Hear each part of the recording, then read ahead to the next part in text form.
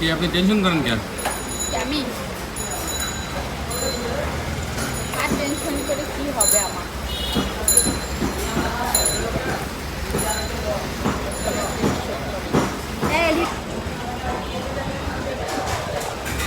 এই যে আমাদের সাথে আছে সিমি আপা, আর সাথে আরেকজন আলোচিত সমালোচিত, ওনার নাম তো আলাদা করে বলার কিছু নাই। ঠিক, খাওয়া দাওয়া কেমন হলো? আলহামদুলিল্লাহ ভালো।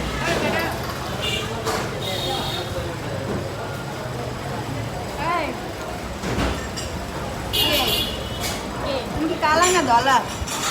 আমি হ্যাঁ, এখন যারা আমাকে ইন্টারভিউতে যেমন দেখেন তারা সবাই আমার একটা করেন, আপনি একটা অনুষ্ঠান করেন, সবাই আমাকে রিয়েল দেখে বলবেন। হ্যাঁ, ওনাকে রিয়েল দেখলে উনি ফর্সা, আর ইন্টারভিউতে দেখলে কালা। কাহিনী কি এখন? ওনার দোষ নাকি ক্যামেরার দোষ?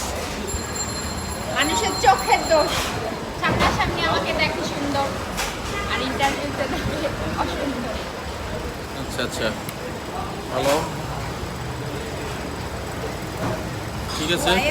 সবার খাওয়া হয়ে গেছে, আর আপার খাওয়া এখনো হয় নাই। আপা আরও খাবে।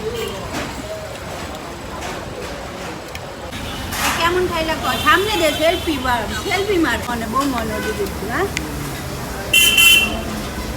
আরেকগুলো কি এনে কাজ আছে না? স্টুডিওতে যাবি? ওই স্টুডিওর দিকেই গেছিল, পরে আমি বললাম আমি হাতে দিয়ে চলে আসছে, একটা পরে আসছে। আপু এখান দিয়ে চিকেন নেন, একদম আমি খেতে পারবো না। কাঁচা।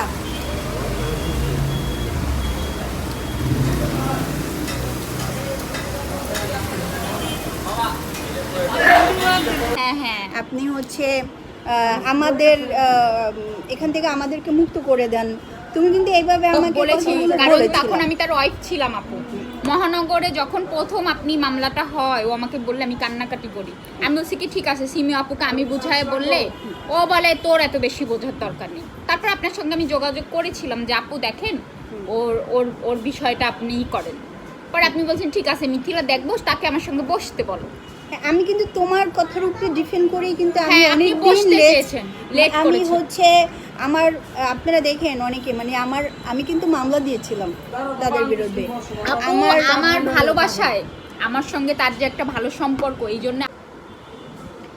হ্যালো, আসসালামু আলাইকুম, সবাই কেমন আছেন? আশা করি ভালো আছেন। আমি একটা বিষয় একটু আপনাদের সাথে কথা বলবো। আমি কি এখান থেকে বলবো নাকি একটা